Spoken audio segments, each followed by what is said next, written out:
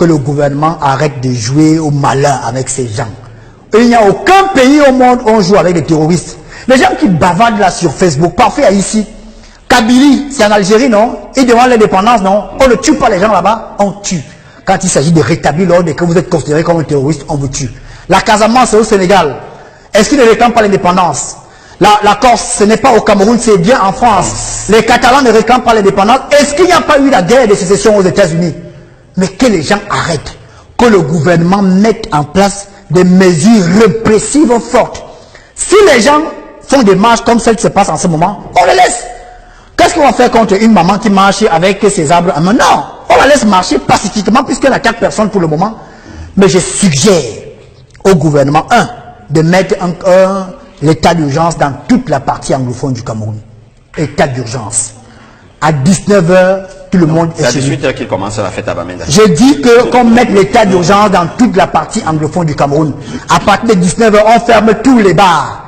Et l'état d'urgence en question a un préalable, c'est qu'il y ait des rafles dans toute la partie anglophone du Cameroun. Même les maisons des ministres ont été visitées. Pourquoi?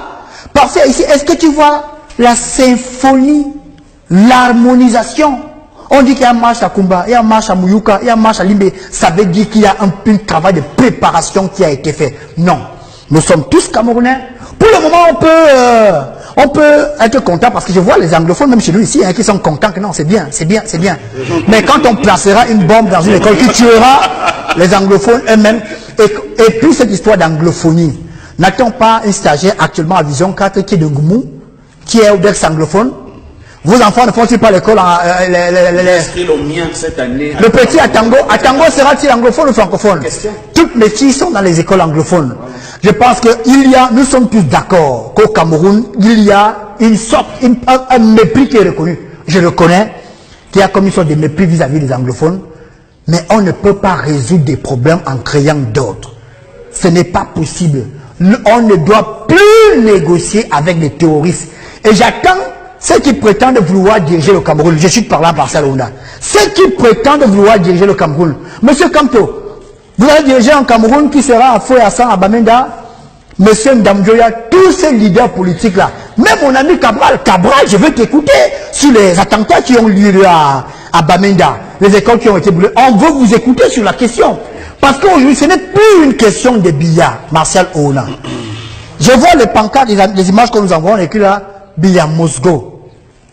Mais si toute la partie anglophone ne veut plus de M. Biya, il y a une élection qui approche là en 2018. Il faut chuter. Doit-on brûler une école pour faire comprendre que Biya Mosgo? Doit-on tuer un policier qui travaille pour la nation? Ce monsieur le policier ne travaille pas pour Biya.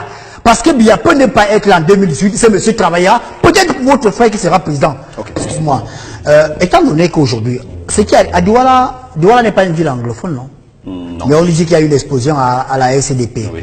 Et je constate que plusieurs francophones comme Obama reconnaissent qu'il y a un problème anglophone au Cameroun. Et je le redis encore, il y a un problème anglophone.